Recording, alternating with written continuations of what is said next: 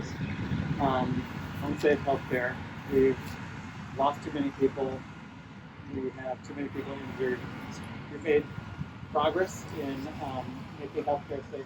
We've proven we can do it, and sadly, a lot of that progress is not. So we're at a point in time in history where we really have to not only recommit ourselves. I know we're all super committed here, but we also have to call upon our leaders to really reinvest in safety and reprioritize safety because it's different. That's not okay.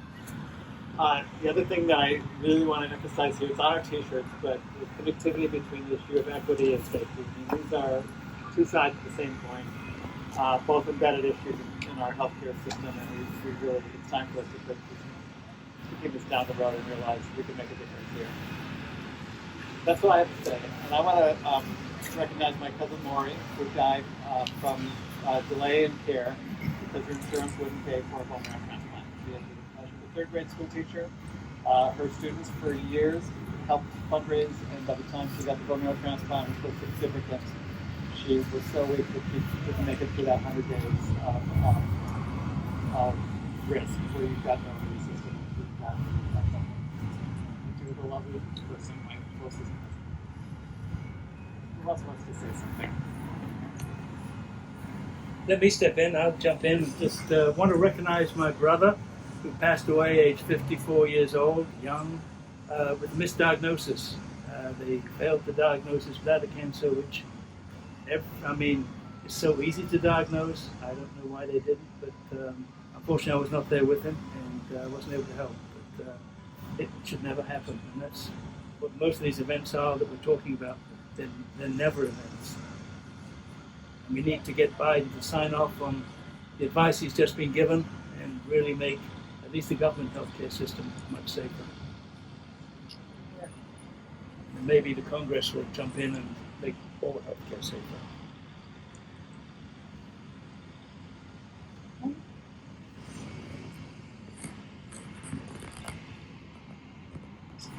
I'll go next. I'm here today to honor my husband Les, who died due to misdiagnosis as well. He was 46 years old, and these are some of our family pictures. And now I think it's such a lie that grief ends or you get over it. You don't get over it, you just get used to it. And he's missing out on all the good stuff. We think about him every day, and we want to stand in the gap and make sure that my story and your stories all become unique and not that it's something that is just the price of healthcare.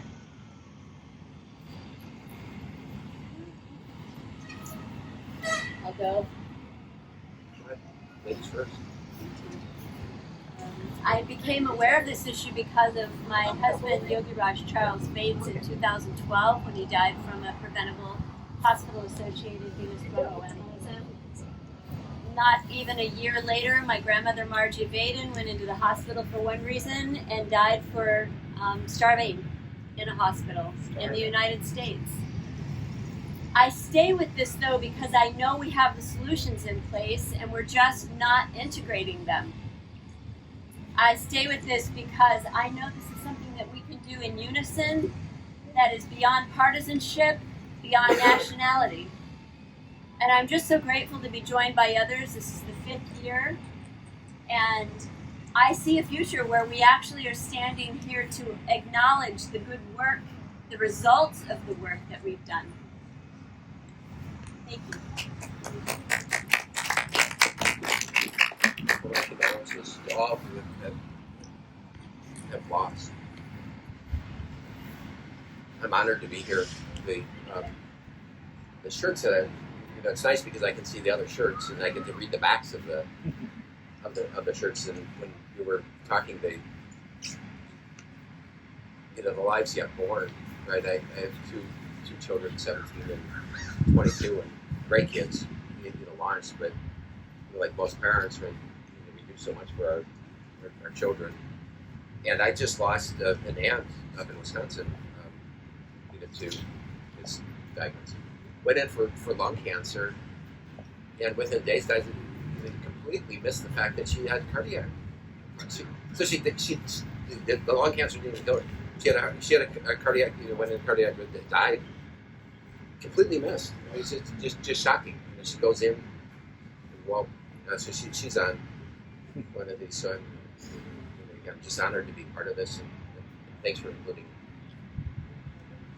Yeah, we have a couple people down there. We have a good friend of ours who luckily is still surviving. She's in her 5th year of pancreatic cancer survival, but for, what's it, Barbara, 6 months to a year, they misdiagnosed it because she has other issues. She's bipolar, she's a woman, so they ignored everything she said and said, we know what's going on.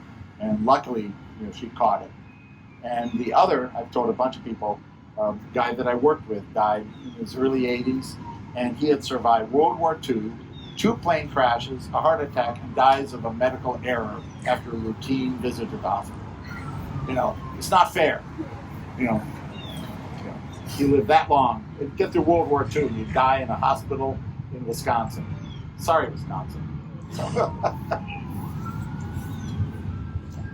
I'm here because of my son, who, because of a diagnostic error, had a liver transplant at 2 months old. So I'm thankful for him being here now at 10 years old, as you would like to tell me 10 and a half, because his birthday's in 2 weeks. But I think it was William Osler who says that good physicians treat the disease, but great physicians treat the patients. And it is that idea that treating the patient is not just about their condition. It's also recognizing biases. It's also recognizing that equity is something that we have to all fight for. And so I'm extremely proud to be here with all of you and for these flags that represent our loved ones, to send a message to Congress in the states and a message around the world that patient safety is very important. Medicine has been and always will be about people, and we are those people. Glad to be here.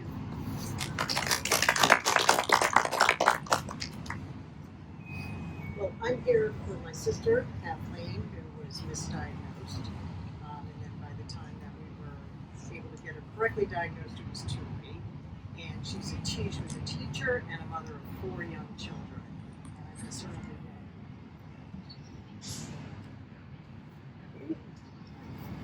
What kind of a misdiagnosis so far?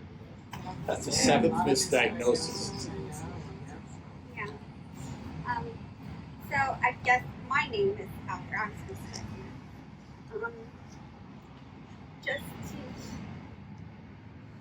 be with those who came before us and those who have left us, that they keep people aware. Yep.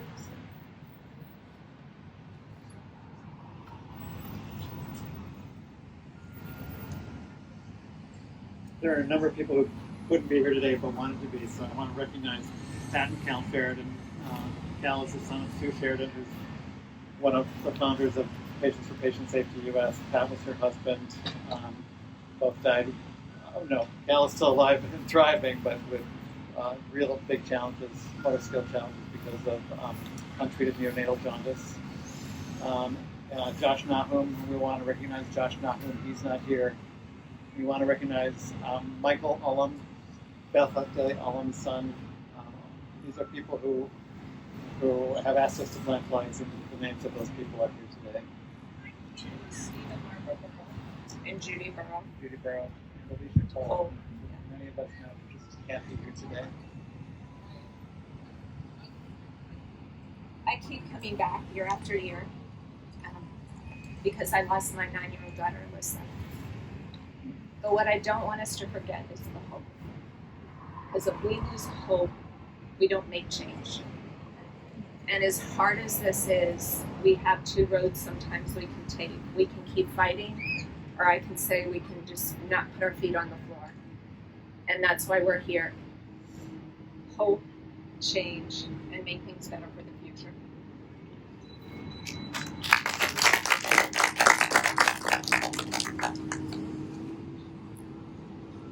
I would share that I started my education in maternal and child health because my sister at 6 days old had to have a major portion of her intestines removed. at 3 to 4 years old, she was badly burned. And it wasn't until I became a bit older in my federal career that I was introduced to the opportunity to make such improvements in patient safety. Very thankful for being able to be a part of that action forward, and look forward to being a continued voice to improve safety, to improve equity in terms of the care that is provided, when it's provided, and how it's provided. And thank you, Marty, for allowing me to be a part of this. Oh, Thank you.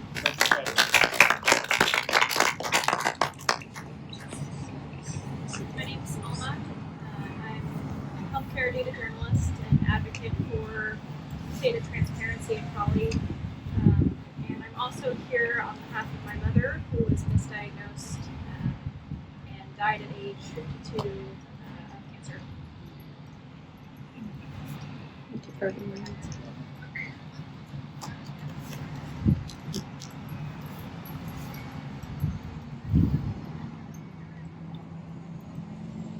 I'll just say that the words that Peter mentioned on the back of the shirt, those are the last clause of the London Declaration, which is the WHO Vision for Patient Safety mission and vision statement.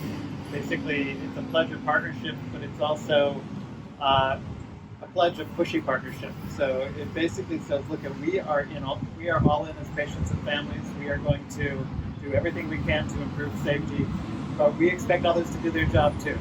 So it's just a really beautiful document. If you Google WHO London Declaration, you'll see it, and that's the last clause. And it was put together by people who came from different countries and had different ways of speaking, so we had to really craft it, getting down to the concepts, past the buzzwords and down to the concepts. And that last clause, I just think, is like poetry. So powerful.